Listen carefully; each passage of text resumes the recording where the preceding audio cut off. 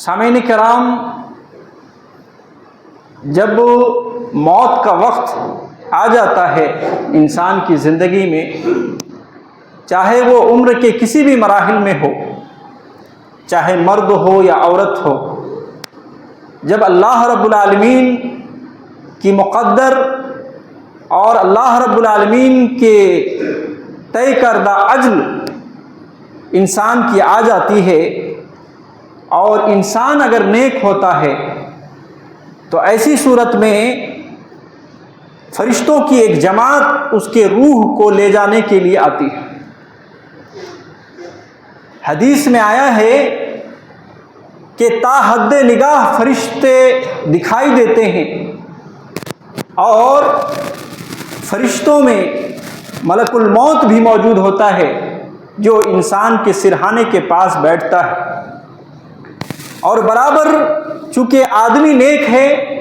اللہ اور اس کے رسول پر ایمان رکھنے والا ہے، اللہ اور اس کے رسول کی باتیں سننے اور ماننے والا ہے، اللہ اور اس کے رسول کی اطاعت اور فرما برداری میں اپنی زندگی گزارنے والا ہے، ایمان کے ساتھ ساتھ صحیح عقیدہ رکھنے والا ہے، تو ایسی صورت میں اس کو برابر خوشخبریاں سنائی جاتی ہیں۔ اللہ رب العالمین کی رضا جوئی، اللہ رب العالمین کی مغفرت، اللہ رب العالمین کی رضامندی اور اللہ رب العالمین کی بنائی ہوئی جنت کے حوالے سے خوشخبری سنائی جاتی ہے کہ اللہ رب العالمین تم سے راضی ہو گیا ہے، اللہ رب العالمین کی مغفرت کا اعلان ہے تمہارے لیے، تمہیں جنت ملنے والی ہے، فلاں فلاں چیزیں تمہیں عطا کی جائے گی، اس طرح کی برابر خوشخبریاں سنائی جاتی ہیں۔ قرآن مجید میں اس حوالے سے کئی جگہوں پر نقشہ اللہ رب العالمین نے کھینچا ہے، لیکن انہی میں سے ایک جگہ یہ ہے،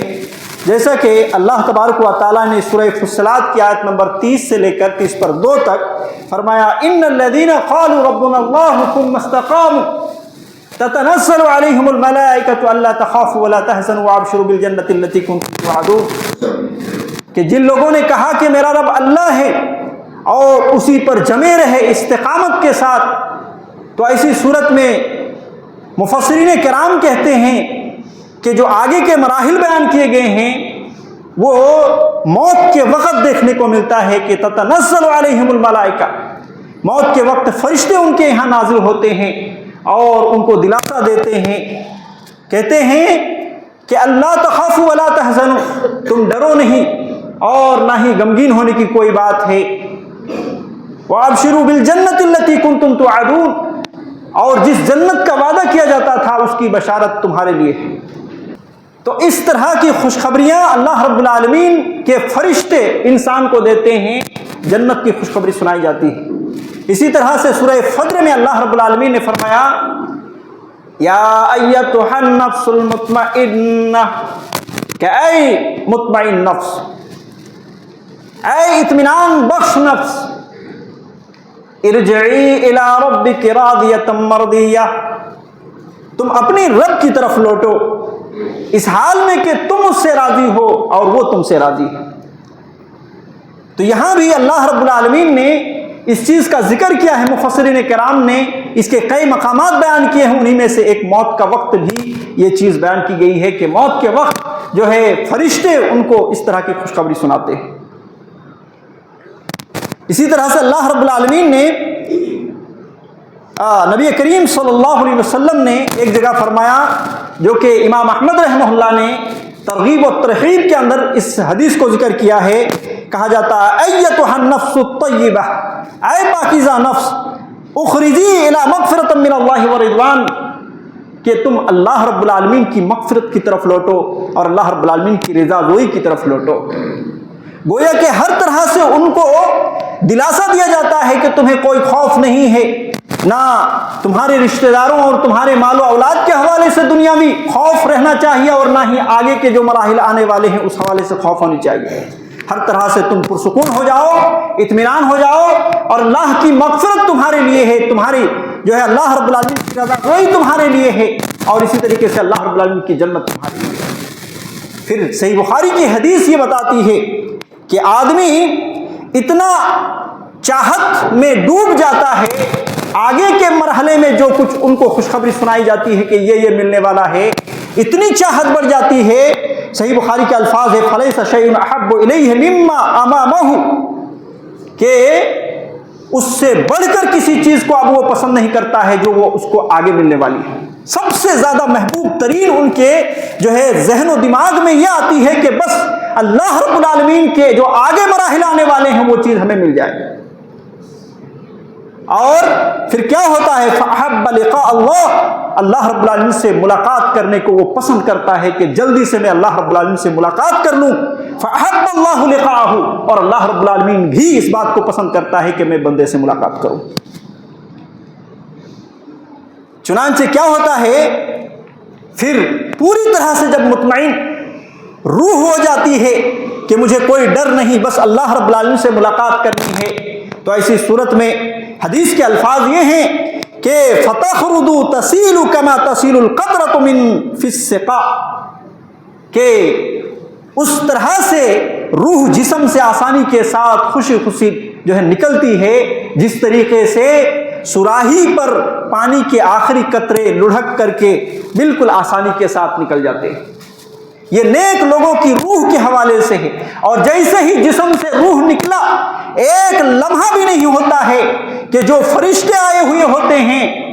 وہ فرشتے جنت سے دو چیزیں لاتے ہیں، جنت سے دو چیزیں لاتے ہیں ان کے لیے۔ پہلی چیز کیا ہے؟ ایک ریشم کے بڑے ہی خوبصورت اور جو ہے خوشبودار کپڑا لاتے ہیں، فوراً سے اس کپڑے میں روح کو ڈال دیا جاتا ہے اور جنت سے خوشبو آئی جاتی ہے اور اس کپڑے میں ڈال دی جاتی ہے، اور خود اس کی روح بڑی خوشبودار ہوتی ہے، مشک سے بھی زیادہ خوشبودار اس کی روح خود ہوتی ہے۔ جتنے فرشتے ہوتے ہیں حدیث میں یہ بات آئی ہے وہ فرشتے ایک دوسرے سے سونگھنے کے لیے اس کی روح کو لیتے ہیں، تھوڑا مجھے بھی سونگنے دو، مجھے بھی سونگنے دو۔ اور پھر کیا ہوتا ہے کہ پھر آسمان کی طرف لے جایا جاتا ہے وہ روح کو،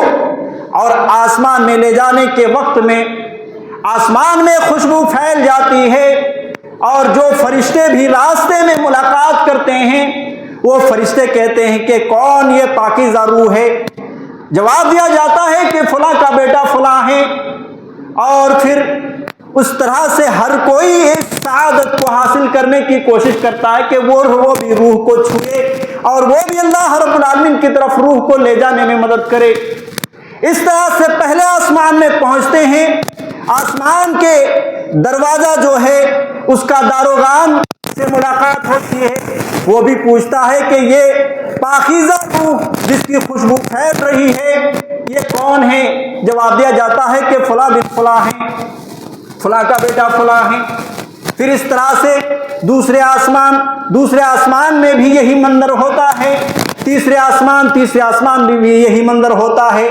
حتیٰ کہ 7ویں آسمان میں پہنچایا جاتا ہے۔ اللہ رب العالمین کے یہاں جب روح پہنچ جاتی ہے تو اللہ رب العالمین روح کے بارے میں فرماتا ہے اکتبوا کتاب عبدی فی علیین، اس میرے بندے کا نام علیین میں لکھ دو۔ اور علیین 7ویں آسمان میں ایک جگہ ہے جہاں نیک لوگوں کی روحیں یا یہ کہ نیک لوگوں کی جو ہے رجسٹر موجود ہے۔ وَأَعِيدُوهُ إِلَى الْأَرْضِ فِي جَسَدِهِ، اور اس کے روح کو جسم کی طرف لوٹا دو۔ چنانچہ احادیث کے ذخیرے میں یہ بات موجود ہے کہ اس کو علیین تک پہنچایا جاتا ہے، رجسٹر میں اس کے نام لکھ لیے جاتے ہیں، اور وہ روحوں کے ساتھ جو نیک روحیں ہوتی ہیں ان سے وہ ملاقات کرتا ہے۔ مستدرک حاکم کی روایت ہے اور صحیح ابن حبان کی روایت ہے جس میں یہ بتایا گیا ہے کہ وہ روحیں لوگوں کے بارے میں پوچھتے ہیں کہ فلاں شخص کا کیا حال ہے۔ وہ روح جو ابھی گئی ہے وہ بتاتی ہے وہ تو انتقال کر گئے ہیں، کیا یہاں نہیں آئے ہیں؟ وہ بتاتے ہیں کہ یہاں اب تک تو نہیں آئے ہیں۔ چنانچہ وہ افسوس کرنے لگتے ہیں اور ان کو یہ خبر لگ جاتی ہے کہ وہ آدمی جہنم میں چلا گیا ہے۔ اس کے بعد اللہ رب العالمین کے حکم سے روح کو زمین کی طرف واپس کر دیا جاتا ہے عزت و احترام کے ساتھ، اور پھر آدمی حتیٰ کہ قبر کے پاس جو ہے وہاں جسم سے لوٹایا جاتا ہے۔ جسم کے اندر پھر سے دوبارہ لوٹایا جاتا ہے۔ سامعین کرام، کافر، مشرک، بے دین، منافق اور اسی طریقے سے اللہ اور اس کے رسول کا نافرمان یا اللہ اور اس کے رسول کا دشمن یا اللہ اور اس کے رسول کا مذاق اڑانے والا، اس طرح کے لوگوں کی جب روح نکالنے کا وقت آتا ہے تو اس حوالے سے آیا ہے کہ فرشتے جو سیاہ رنگ کے ہوتے ہیں، بالکل کالے رنگ کے فرشتے ہوتے ہیں، وہ آتے ہیں روح کو قبض کرنے کے لیے، اور اس میں جو ہے ملک الموت بھی ہوتے ہیں۔ روح کو نکالنے کے لیے بھی ایک جماعت آتی ہے، چاہے کتنوں برے آدمی ہوں، اس کی تاحد نگاہ فرشتے بھرے ہوئے ہوتے ہیں، اور فرشتے بھرے ہوئے ہونے کے ساتھ ساتھ ملک الموت اس کے سرہانے کے پاس ہوتے ہیں۔ ملک الموت کے بارے میں آیا اور دیگر فرشتے اس کو برابر اللہ رب العالمین کی ناراضگی اور اللہ رب العالمین کا غضب اور اللہ رب العالمین کا عذاب سنا رہے ہوتے ہیں۔ ایتھا النفس الخبیثہ، اے خبیث نفس، اخرجی الی سخط من اللہ والغضب، کہ اللہ رب العالمین کی ناراضگی کی طرف لوٹ چلو اور اللہ رب العالمین کی غضب کی طرف نکلو۔ چنانچہ وہ روح جسم سے نکلنا نہیں چاہتی اور فرشتے وہیں پر مارنا شروع کرتے ہیں، کوڑے برسانا شروع کرتے ہیں، اس کے چہرے کو مارا جاتا ہے، اس کے پیٹھ کے اوپر جو ہے وار کیا جاتا ہے اور اس کو مارا جاتا ہے۔ بڑا دردناک وقت ہوتا ہے اور لمحہ ہوتا ہے، یہی وہ وقت ہوتا ہے جس میں آدمی اللہ رب العالمین سے مہلت مانگ رہا ہوتا ہے کہ اللہ مجھے تھوڑی سی مہلت دے دے، اب جو دنیا میں نیکی مجھے کرنے تھے اور میں نے کیا نہیں، سستی، کاہلی اور دیگر اس طرح کی چیزوں کی وجہ سے میں نے وہ نیک اعمال چھوڑ دیے، صدقہ کرنا تھا صدقہ نہیں کیے، مال و دولت تو ہم نے بھر بھر کے رکھ لیے مگر تیرے راستے میں خرچ نہیں کیے، بس ایک لمحہ دے دے تاکہ میں جو ہے سارا مال صدقہ کر کے آ جاؤں اور سارا جو ہے نیک اعمال انجام دے کر کے آ جاؤں۔ لیکن اللہ رب العالمین کی طرف سے کوئی اس کو مہلت نہیں ملنے والی، پھر فرشتے برابر اس کو مارتے ہیں، یہاں تک کہ اس کو روح کو زبردستی کھینچ کر کے بڑے دردناک طریقے سے نکالتے ہیں، اور وہ بڑا بھیانک منظر ہوتا ہے، اور اس طرح سے روح کو جیسے ہی نکالا جاتا ہے بڑا بدبودار روح ہوتی ہے، بڑا بدبودار روح ہوتی ہے، اس کی مہک بہت بری ہوتی ہے۔ فوراً سے ٹاٹ کی کفن کا ایک کپڑا لایا جاتا ہے، اسی کے اوپر اس کو رکھ دیا جاتا ہے، اس کو لپیٹ دیا جاتا ہے اور لپیٹ کر کے آسمان کی طرف لے جایا جاتا ہے۔ جو کوئی فرشتہ ان سے ملاقات کرتے ہیں کہتے ہیں کہ یہ کون خبیث روح ہے جس کی جو ہے بدبو سے پورے آسمان پھیل رہی ہے، وہ کہتے ہیں کہ فلاں کا بیٹا فلاں ہے۔ پھر پہلے آسمان میں پہنچتا ہے، داروغہ جو اس کا رہتا ہے کہتا ہے کون ہے جو یہ خبیث روح جو جس کی بدبو جو ہے آسمان میں پھیل رہی ہے، کہتے ہیں کہ فلاں کا بیٹا فلاں ہے۔ چنانچہ آسمان کا دروازہ نہیں کھولا جاتا ہے اس کے لیے، بلکہ اسی موقع پر نبی صلی اللہ علیہ وسلم حدیث بیان کرتے ہوئے اللہ کے نبی صلی اللہ علیہ وسلم نے قرآن مجید کی آیت کریمہ پڑھی تھی، لا تفتح لهم ابواب السماء، کہ آسمان کا دروازہ ایسے لوگوں کے لیے نہیں کھولا جائے گا، آسمان کا دروازہ ایسے جو ایک خبیث روح کے لیے نہیں کھولا جائے گا، اور ولا يدخلون حتى يلج الجمل في سم الخياط، اور وہ لوگ داخل نہیں ہوں گے یہاں تک کہ سوئی کے ناکے میں اونٹ داخل ہو جائے۔ یہ بات جس طرح ناممکن ہے کہ ایک سوئی جس کے باریک چھید ہوتے ہیں اس کے ناکے بالکل بہت باریک ہوتے ہیں، وہاں اونٹ کیسے داخل ہو سکتی ہے، یہ ناممکن سی بات ہے۔ اسی طریقے سے ایک خبیث روح آسمان کے اوپر چڑھ جائے، یہ بھی ناممکن سی بات ہے۔ پھر اس کو اللہ رب العالمین کے حکم یہ ہوتا ہے، کہتا ہے اللہ تبارک و تعالی اکتبوا کتابہ فی السجین فی الارض السفلی، کہ زمین کے 7 طبق نچلے حصے میں سجین کے مقام پر اس کا نام لکھ دو۔ سجین ایک جگہ ہے جہاں خبیث روحیں ہوتی ہیں، کفار، مشرکین، بے دین، منافقین اور اللہ اور اس کے رسول کے دشمن اور اللہ اور اس کے رسول کے نافرمان، جن کے لیے جو ہے ثابت ہو چکی ہے اور جن کے لیے جہنم جو ہے واجب ہو چکی ہے، ایسے لوگوں کی روحیں وہاں ہوتی ہے، یا یہ کہ روح کے کیا ہوتے ہیں رجسٹر وہاں موجود ہوتے ہیں۔ اللہ رب العالمین کے حکم سے جیسے ہی حکم ملتا ہے کہ سجین میں اس کو یہ کر دو، کوئی ان کے اوپر تعظیم اور تکریم نہیں کی جاتی ہے، بلکہ روح کو پھینک دیا جاتا ہے زمین کی طرف۔ وہ جو ہے بے یار و مددگار زمین کی طرف روح گرنے لگتی ہے، اور گرتے ہوئے پھر اللہ کے نبی صلی اللہ علیہ وسلم کہتے ہیں کہ قبر میں اس کے جسم تک پہنچایا جاتا ہے۔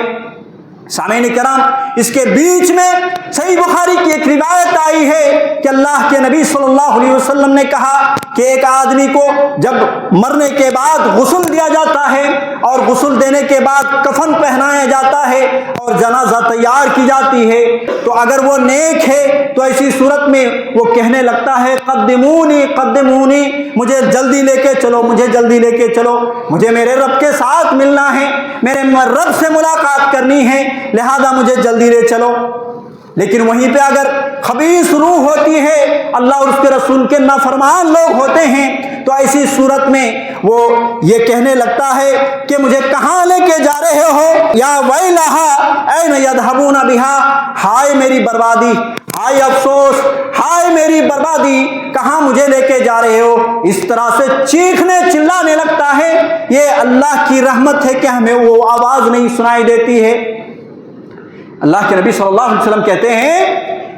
کہ انسان کے علاوہ سارے مخلوق اس کی چیخ و پکار کو اس وقت سنتی ہے، اور اللہ کے نبی صلی اللہ علیہ وسلم کہتے ہیں، یہ روایت صحیح بخاری کی ہے، آپ صلی اللہ علیہ وسلم کہتے ہیں وَلَوْ سَمِعَ الْإِنسَانُ لَصَعِقَ، اگر انسان صرف اس کی آواز کو سن لے تو بے ہوش ہو جائے۔ اس طرح سے وہ چیخ و پکار کرنے لگتا ہے، مجھے نہ لے جاؤ، مجھے نہ لے جاؤ۔ لیکن نبی کی ہدایت یہ ہے کہ انسان کے مرنے کے بعد فوری طور پر جتنا جلدی ہو سکے اس کو جو ہے کفن دفن کا انتظام ضرور جلد از جلد کرنا چاہیے، کیونکہ اگر وہ نیک ہے تو اللہ رب العالمین سے ملاقات کرنے میں جو ہے جلدی ہوگی، لیکن برا ہے تو ایسی صورت میں ہمارے اوپر جو بوجھ ہے وہ بوجھ ہلکا ہو جائے گا۔ پھر قبر میں دفن کر دیا گیا، اور اللہ کے نبی صلی اللہ علیہ وسلم کہتے ہیں مٹی اس کے اوپر جو ہے ڈالتے ہوئے واپس لوٹتے ہیں تو ان کے جوتیوں کی آواز، ان کے پاؤں کی آہٹ کو بھی وہ سنتا ہے۔ چنانچہ جیسے ہی لوگ پلٹنے لگتے ہیں تو ایسی صورت میں اس کے پاس منکر نکیر دو فرشتے، بڑے بھیانک دو فرشتے ہیں، جس کو دیکھ کر کے آدمی ہیبت ناک ہو جائے۔ کیا خیال ہے؟ حضرت جبرائیل علیہ السلام کو ہمارے نبی صلی اللہ علیہ وسلم نے جب پہلی مرتبہ دیکھا تھا، وہ منظر کو یاد کیجئے کہ پہلی مرتبہ اللہ کے نبی صلی اللہ علیہ وسلم غار حرا میں موجود تھے، اور پہلی مرتبہ اللہ کے نبی صلی اللہ علیہ وسلم نے جبرائیل کو اپنی اصلی شکل میں دیکھا تھا، اور ڈر کے مارے آپ صلی اللہ علیہ وسلم اس طرح سے ہو گئے تھے کہ جیسے ہی وحی نازل ہوئی، وحی نازل ہونے کے بعد ہانپتے کانپتے گھر کو پہنچے، ٹھنڈی آنے لگی، جسم کے اندر کانپ رہے ہیں، اور اللہ کے نبی صلی اللہ علیہ وسلم کہہ رہے ہیں زملونی زملونی، خدیجہ مجھے چادر اڑا دو، چادر اور کمبل اڑا دو، اور خدیجہ رضی اللہ عنہا دلاسا دیتی ہیں ہمارے نبی صلی اللہ علیہ وسلم کو نقصان پہنچانے کے لیے وہ فرشتہ نہیں آیا تھا، حضرت جبرائیل علیہ السلام اللہ کے پیغام اللہ کے نبی تک پہنچانے آیا تھا، لیکن اصلی شکل دیکھ کر کے اللہ کے نبی کی کیا حالت ہوئی۔ اب منکر نکیر جس کے بارے میں احادیث میں بہت ساری بھیانک منظر کھینچی گئی ہے کہ بالکل کالے رنگ کے، نیلی آنکھوں والے، اور اسی طریقے سے بھیانک جو ہے ان کی شکل و صورت ہوگی، ڈراؤنی صورت کے ساتھ ساتھ ان کے ہاتھ میں لوہے کے جو ہے بڑے بڑے گرز ہوں گے، اور اس طرح سے وہ آئیں گے۔ لیکن جو لوگ لا الہ الا اللہ پڑھ کر کے لا الہ الا اللہ کی صداقت کو اپنی زندگی میں لائے تھے، اور اس کے جو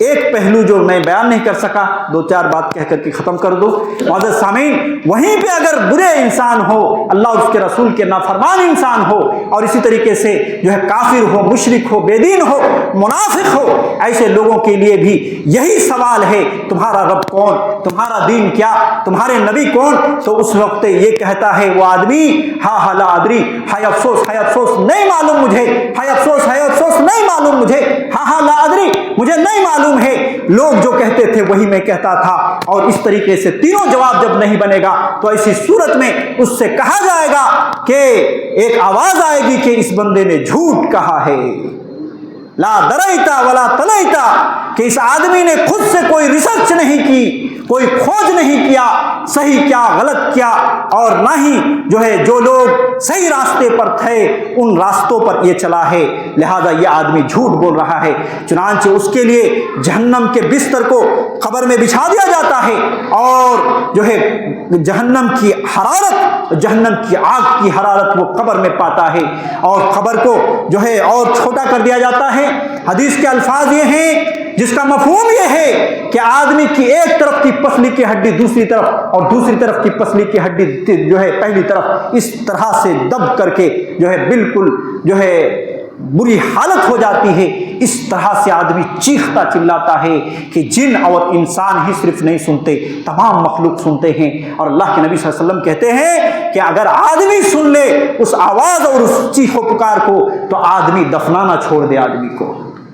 اتنے بھیانک منظر ہوتے ہیں۔ اس کے علاوہ قبر کے اندر سانپ، بچھو اور اس طرح کے بہت سارے عذابات ہوں گے۔ اللہ تبارک و تعالیٰ سے بس یہی دعا ہے کہ اللہ رب العالمین نے ایمان کی دولت سے ہم سب کو نوازا ہے، تو ایمان کے تقاضے کو بھی اللہ رب العالمین توفیق دے کہ ہم اس تقاضے کو پورا کریں۔ زندگی عطا کی ہے تو ایسی صورت میں عقیدے کی اصلاح کے ساتھ اپنی زندگی گزاریں، تاکہ دنیا میں بھی کامیاب ہو سکیں اور عالم برزخ میں بھی کامیاب ہو سکیں، آخرت میں بھی کامیاب ہو سکیں۔ اللہ تبارک و تعالیٰ کہنے سننے سے زیادہ نیک اعمال کی توفیق عطا فرمائے۔ آمین۔ صلی اللہ علیہ محمد وعلی آلہ وصحبہ اجمعین ومن تبعهم بإحسان إلى يوم الدين۔